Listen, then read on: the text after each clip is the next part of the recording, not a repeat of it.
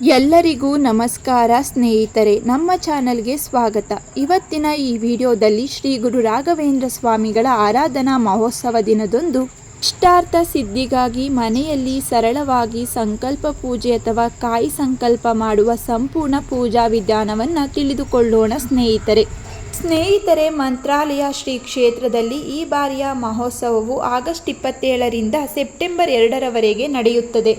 September ತಿಂಗಳ 2ನೇ ತಾರೀಕು 2026ರವರೆಗೆ ಇರುತ್ತದೆ. ಸಪ್ತ ರಥೋತ್ಸವ ನಡೆಯಲಿದೆ. ಇದರಲ್ಲಿ ಅತ್ಯಂತ ಪ್ರಮುಖವಾದ 3 ದಿನಗಳ ಆರಾಧನೆಯ ವಿವರವನ್ನು ತಿಳಿದುಕೊಳ್ಳೋಣ ಸ್ನೇಹಿತರೆ.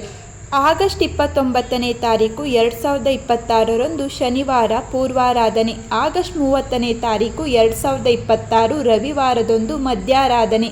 ಮುಖ್ಯ ದಿನ ರಾಯರು ಬೃಂದಾವನ ಪ್ರವೇಶಿಸಿದ ಪವಿತ್ರ ದಿನ ಇದಾಗಿದೆ. ಆಗಸ್ಟ್ 31ನೇ ತಾರೀಕು 2026ರಂದು ಸೋಮವಾರ ಉತ್ತರಾರಾಧನೆಯ ಮಹೋತ್ಸವವನ್ನು ಆಚರಣೆ ಮಾಡುತ್ತೇವೆ.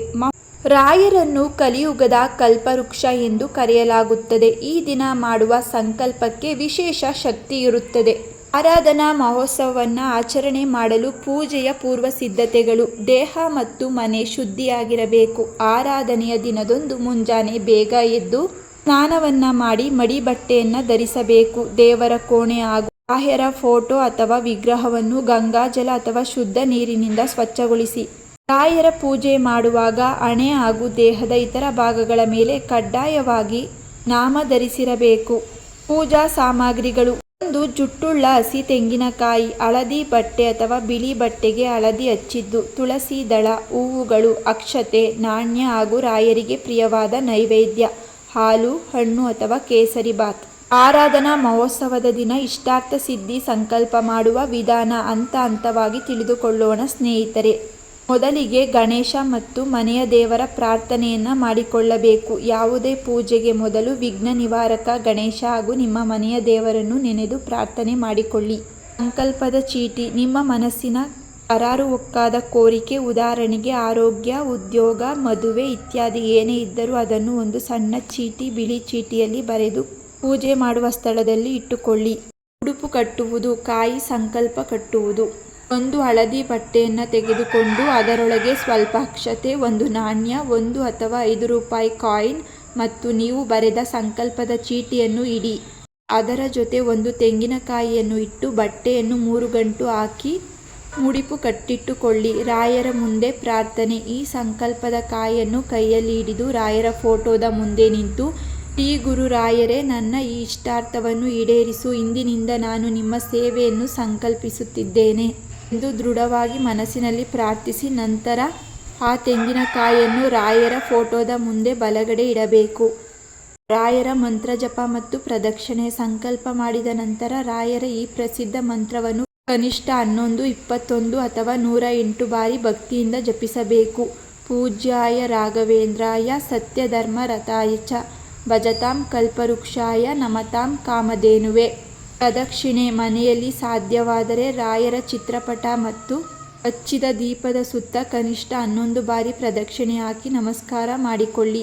ಪಾಲಿಸಬೇಕಾದ ಕಟ್ಟುನಿಟ್ಟಾದ ನಿಯಮಗಳು: ತಾಮಸಿಕ ಆಹಾರ ನಿಷೇಧ. ಆರಾಧನೆಯ ದಿನಗಳಲ್ಲಿ ಕಡ್ಡಾಯವಾಗಿ ಮಾಂಸಾಹಾರ, ಈರುಳ್ಳಿ, ಬೆಳ್ಳುಳ್ಳಿ ಮುಂತಾದ ತಾಮಸಿಕ ಆಹಾರವನ್ನು ತ್ಯಜಿಸಬೇಕು.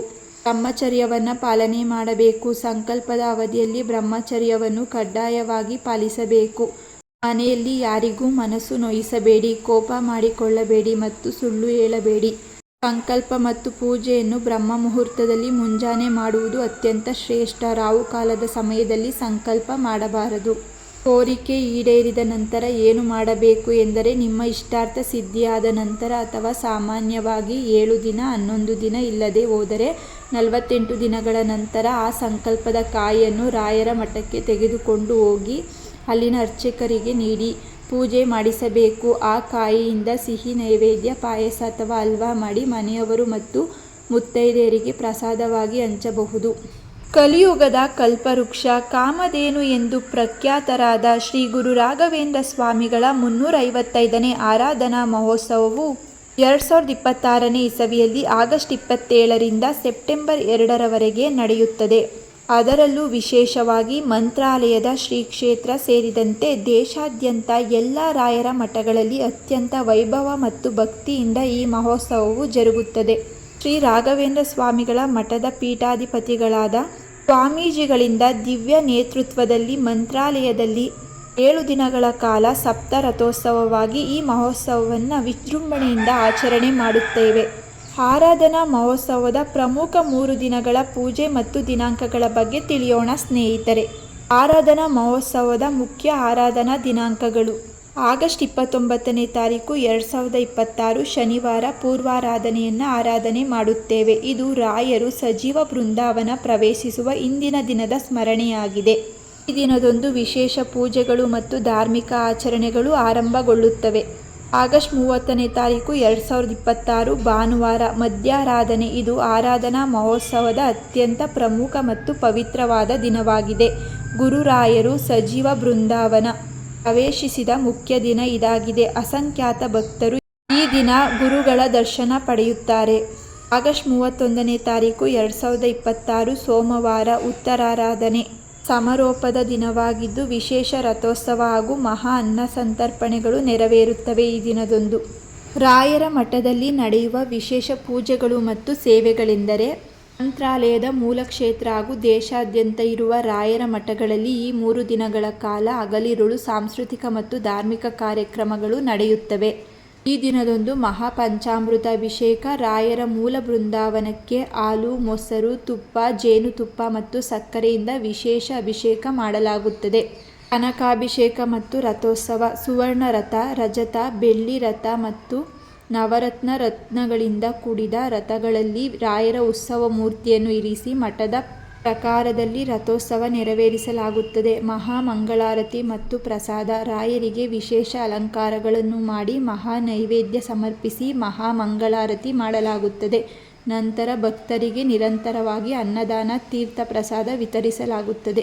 ಸ್ನೇಹಿತರೆ, ಇವತ್ತಿನ ಈ ವಿಡಿಯೋದಲ್ಲಿ 2026ನೇ ಇಸವಿಯಲ್ಲಿ ರಾಯರ 355ನೇ ಆರಾಧನಾ ಮಹೋತ್ಸವವನ್ನು ಹೇಗೆ ಆಚರಣೆ ಮಾಡಬೇಕು, ಆಚರಣೆಗಳ ಪ್ರಮುಖ ದಿನಾಂಕಗಳ್ಯಾವುವು, ಪೂಜೆಯ ಪೂರ್ವ ಸಿದ್ಧತೆಗಳಿಗೆ, ಪೂಜೆಯನ್ನು ಹೇಗೆ ಮಾಡಬೇಕು ಎಂಬ ಎಲ್ಲ ಸಂಪೂರ್ಣ ಮಾಹಿತಿಯನ್ನು ಇವತ್ತಿನ ಈ ವಿಡಿಯೋ ಮೂಲಕ ತಿಳಿಸಿದ್ದೇವೆ. ಸ್ನೇಹಿತರೆ, ಇವತ್ತಿನ ಈ ಮಾಹಿತಿ ನಿಮಗೆ ಇಷ್ಟವಾಗಿದ್ದಲ್ಲಿ ಈ ವಿಡಿಯೋವನ್ನು ಲೈಕ್ ಮಾಡಿ, ಹಾಗೆ ನಿಮ್ಮ ಫ್ಯಾಮಿಲಿ ಮತ್ತು ಫ್ರೆಂಡ್ಗೆ ಶೇರ್ ಮಾಡಿ. ಇದೇ ರೀತಿಯ ಮತ್ತಷ್ಟು ಮಾಹಿತಿಗಾಗಿ ನಮ್ಮ ಚಾನಲನ್ನು ಸಬ್ಸ್ಕ್ರೈಬ್ ಮಾಡಿಕೊಳ್ಳಿ. ಮತ್ತೆ ಸಿಗೋಣ ಮತ್ತೊಂದು ಮಾಹಿತಿಯ ಮೂಲಕ. ಎಲ್ಲರಿಗೂ ಧನ್ಯವಾದಗಳು.